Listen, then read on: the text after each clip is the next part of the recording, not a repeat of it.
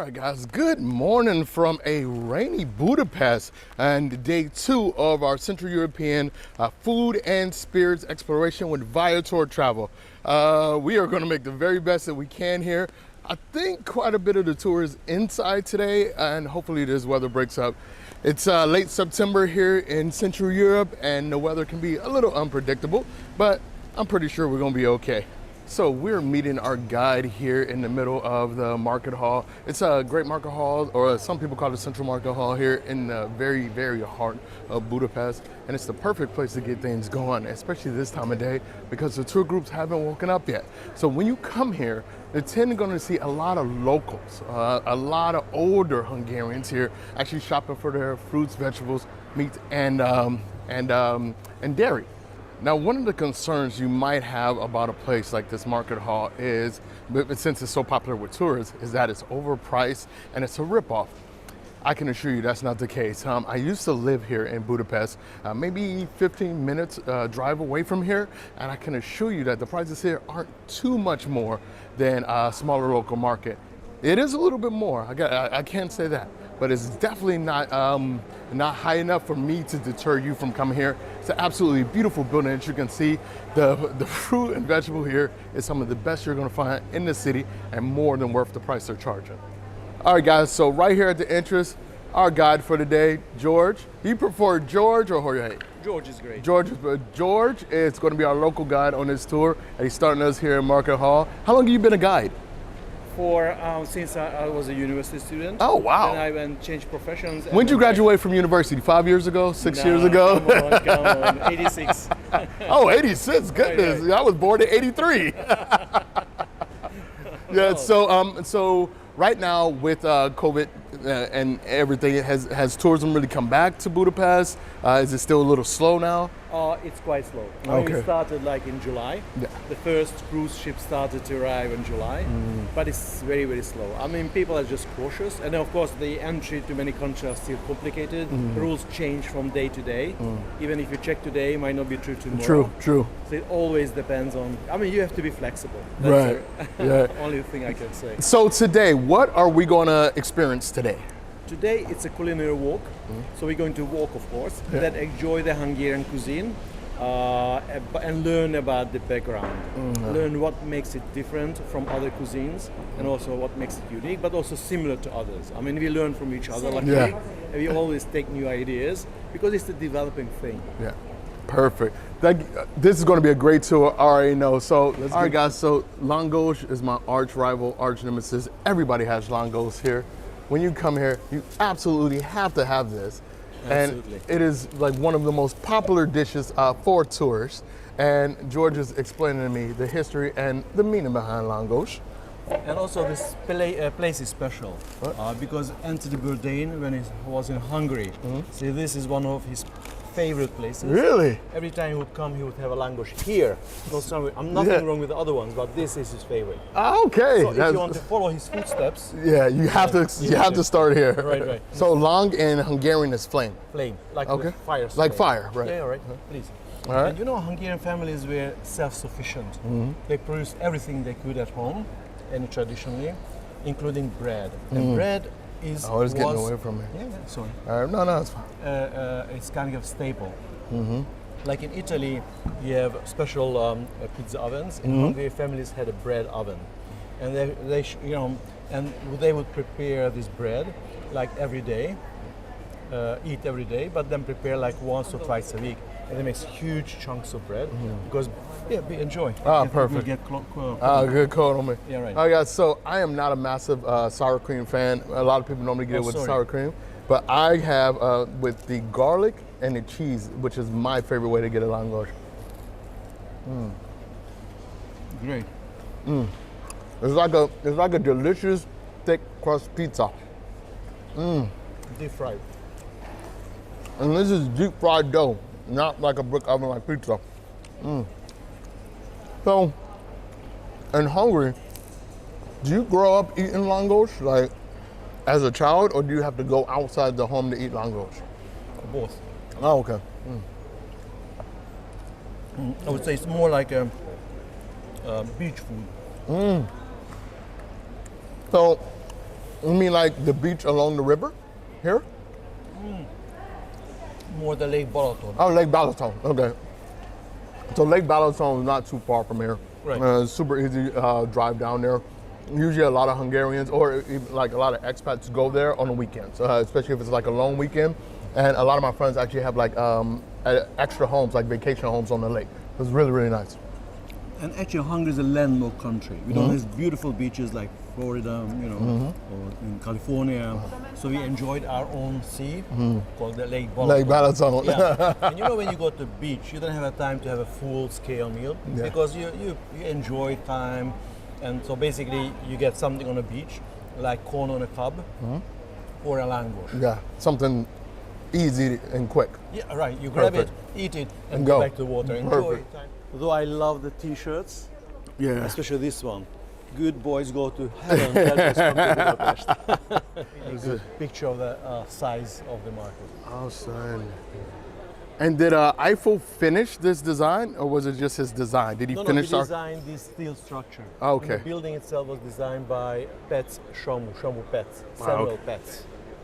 And he was Perfect. interesting because So the pork is the primary meat in Yes. Hungary. Hungarians arrived from Asia in 896. Oh. And when you travel for a long time, like thousands of kilometers, Yeah. you don't take the hogs with you. I mean, they don't like to walk. Right. You have the cattle, you have the sheep, you have goats, you have whatever, but not the hogs. So how come we love pork?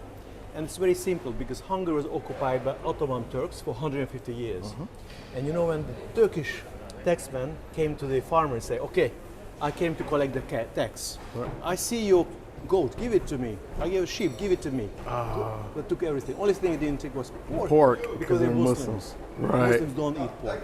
And then the farmers realized the best way to save on tax optimization, have only pigs. Ah, smart.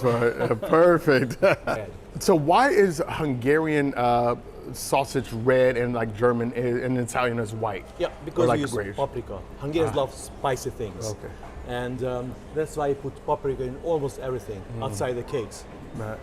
So the coloring is specifically from the paprika. Paprika, right. Now, when you come here and you see like Minori, you see Timișoara, like what is going to be the primary difference between those kind of sausages? Basically, the way it's prepared. I mean, before you make the sausage, you have to prepare the meat.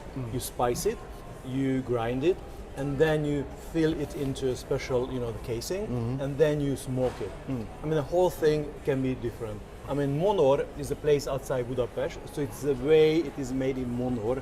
Timișoara, now in Romania, Timișoara, yeah. So that's the way they make it. Oh, yeah, And yeah. of course, you have hundreds of different sausages. One of my favorite things about living in Budapest was the fantastic produce. The meats are great, obviously great, but the fruits and vegetables are some of the best when you factor in the cost that you can find anywhere in Europe. And like, George, what is it about Hungarian produce that just makes it so fresh and vibrant and just at all times it's almost perfect every time I have it here? There are probably many reasons. One reason is that Hungary is in a crossroads of different cultures. So you have culture produced from north, from east, west, and south. So they all meet here. Because to me, Hungary is the center of Europe in my head. It's right at it's Central Europe. It's got a little bit of Western Europe, a little bit of Eastern Europe, a little bit coming up from the south. It's like right in the center of Europe when it comes to a mixing of cultures for me. Right. Also, Hungary is in a Carpathian basin. So the water flows down. Yes. Same yes. as cultures from the mountains, from the east and west, and they kind of meet here. They got sort of mixed together, and also it's a very creative. So we create new things out of the old stuff. Yeah. And I think it's just, it's great. Perfect. Look at the carrots, they're kind of orange color. Right. If you look at the paintings by Rembrandt, the Dutch master of 16th century, and they painted the veggies, they love veggies, the fruits, and the games. And usually the carrots are white, yellow, or purple, never orange. So how come it's orange? In the 16th century, there was a farmer in Netherlands. The royal house of Netherlands is a house of orange, and that's a royal color. And then he selected the seeds until he came out with this color. Really? Yeah, that's the selection. Natural, selection. And ever since it became so popular that displays all the other colors. So you have to go to farmers market, to special producers market to get the original carrots. They are the Dutch carrots. And every time we eat these carrots, we eat in honor of the house of Orange. Seems so like you have parsley roots, you have different colored carrots, and then this is the root of celery. So here in Hungary, you all use a lot more roots, the actual roots, not just the flowery, beautiful part, but you use the actual full vegetable. And the reason is that Hungary has a long winter, and just to keep the fruits for a longer time, because the fresh parts kind of season is very short. Yeah. But if you have the roots, you can conserve all the good things all through the winter. All the nutrients maintain it. Okay. Yeah. And then if you this four and onion, the Hungarian onion is the base of many of our soups and stews and all kind of food. So this is very important for Hungary. Grind it. Okay. These are the paprika. If you use the outer skin, which is full of pigments, Right. you get the sweet version, which is beautiful red but not spicy. Right. If you use some of the linings, some of the seeds, then it becomes medium. If you look a lot of the linings, a lot of the seeds, and you grind it, it becomes spicy. That's why we have. It comes from the same paprika, but it has different colors. And also there's a smoked version. So a lot of people don't know that what makes chilies hot is the seeds. So if you're making any kind of dish and you want it to be super spicy, the seeds, that's where the real heat is coming from. And these are fantastic. I absolutely love these.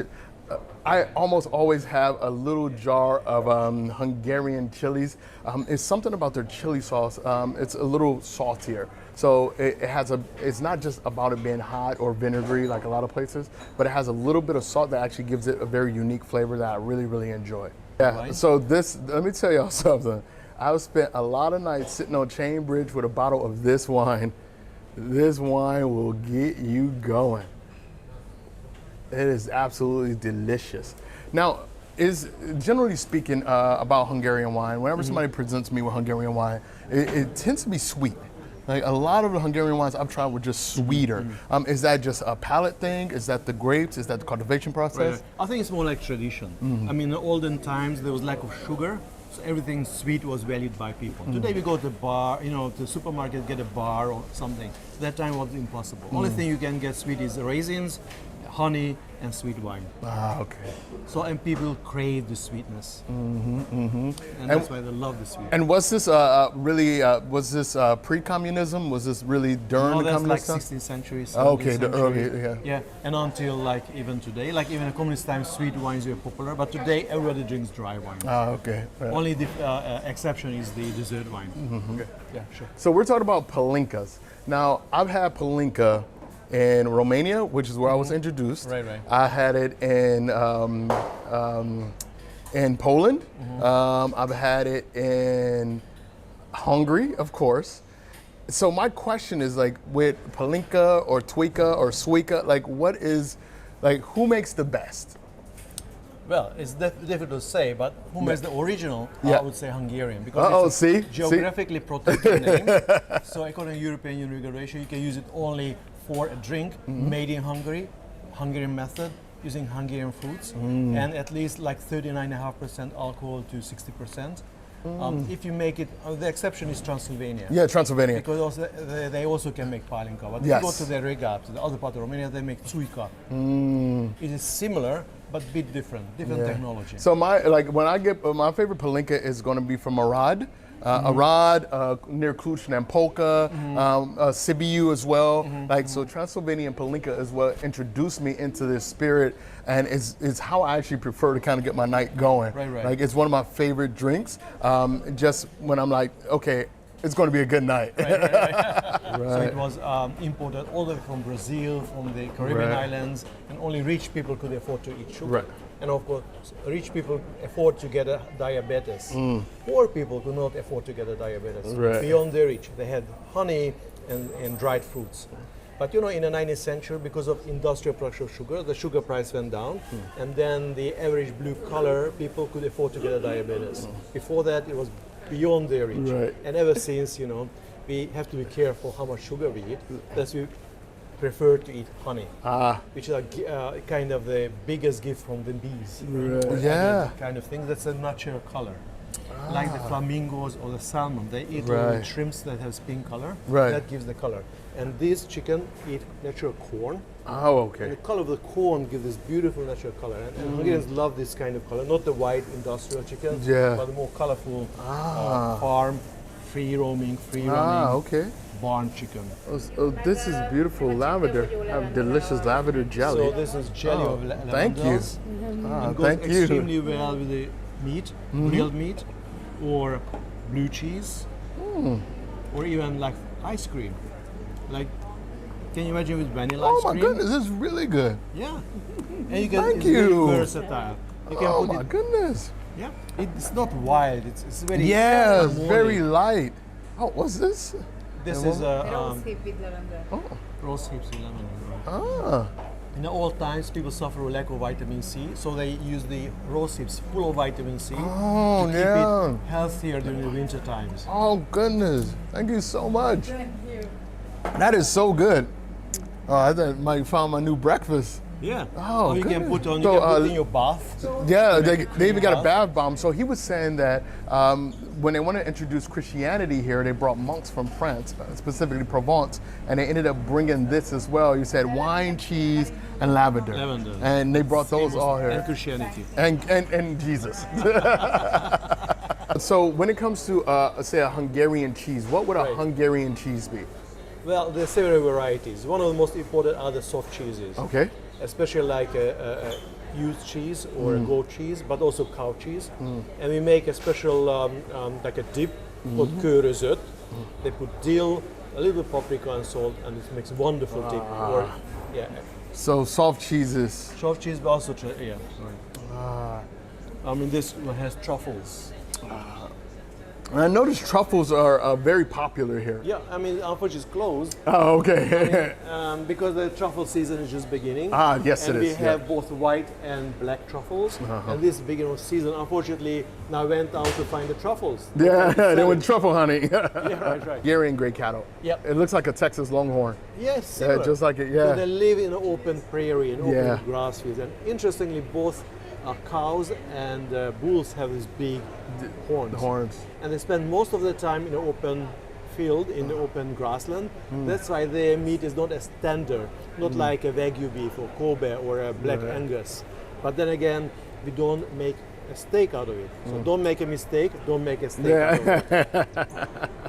And these are, I had these burgers the other day actually. Yeah, They're right, right. very good. Also, you have hamburgers from the grey cattle. Yeah. Look at these stunning kielbasas. A Your favorite, meat. yeah. What you left over is the crackling. Basically, the skin, a little bit of the meat, a little bit of anything between them, without most of the fat. Right. So it's like crispy, and people love to eat it. And Yeah. now you can have one like regular pork, like goose, And, duck. and when I was living here, we would have these when we were drinking. So we would get like a little bag of these. We would take them to the bridge and have these with beers. Yeah. That was actually perfect. And a lot of places, they would add their own spices to it. They would do a little garlic sometimes, a little paprika, Maybe little chili, salt, salt and chili. pepper. Yeah, Right, it was right. absolutely delicious. It is very similar to like a chicharron that you get like in Mexico. Oh, yeah, yeah, like right, pork right. skin. Also Very, in very Italy similar. you have the pork- It's the pork skins as well. Yeah, yeah, yeah. Szépen, és akkor majd átja. Oh, nagyon szépen beautiful. köszönjük.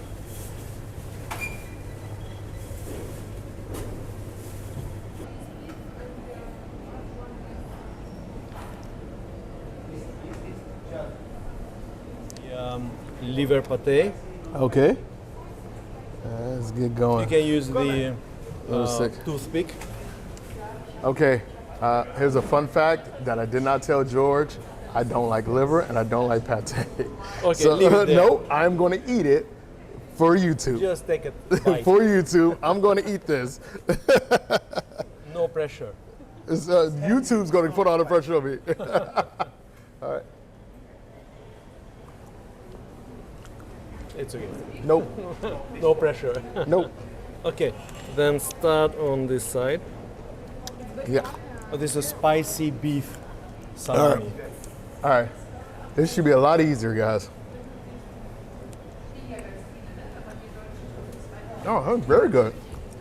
Yeah, Oh. it's a bit spicy. It's good.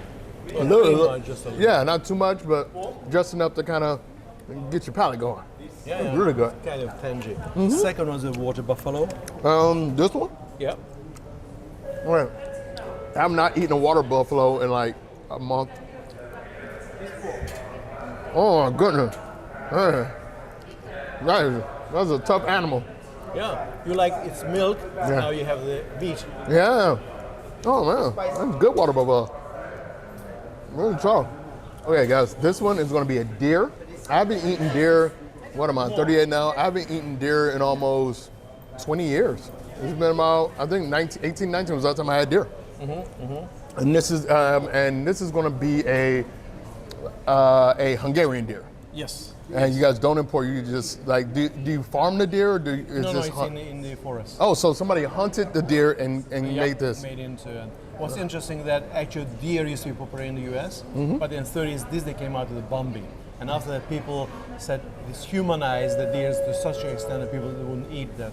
Actually, I don't want to eat little dumb Bambi. Yeah, yeah. Oh, okay. So Disney almost ruined the industry.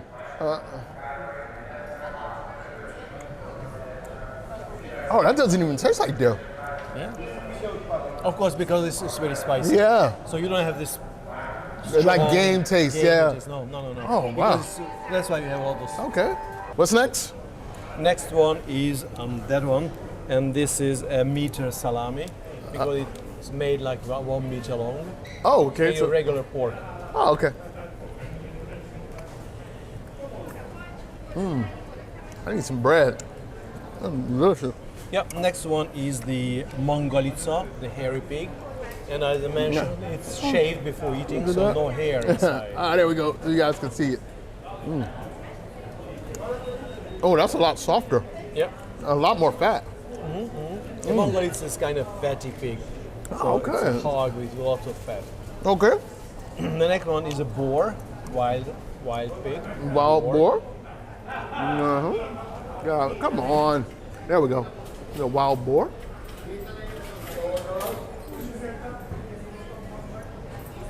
Okay. I like the wild. Oh, it might be my favorite. Yeah.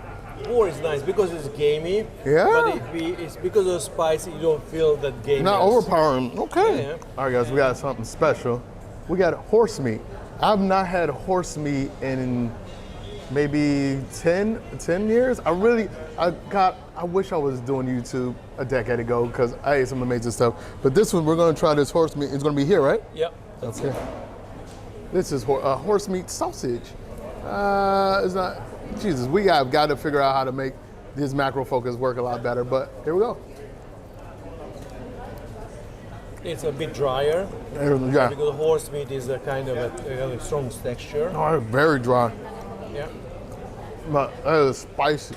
Like, not like temperature spicy, not like chili spicy, but just flavorful. A lot of different spices are in this. Sure. Like, ooh. And the tradition goes back to the 9th century when Hungarians arrived from Asia. And it's a tradition among nomadic people. All right, guys, let this be a reminder. If you do not follow me on Instagram, follow me on Instagram because the rest of this I'm about to eat on Instagram.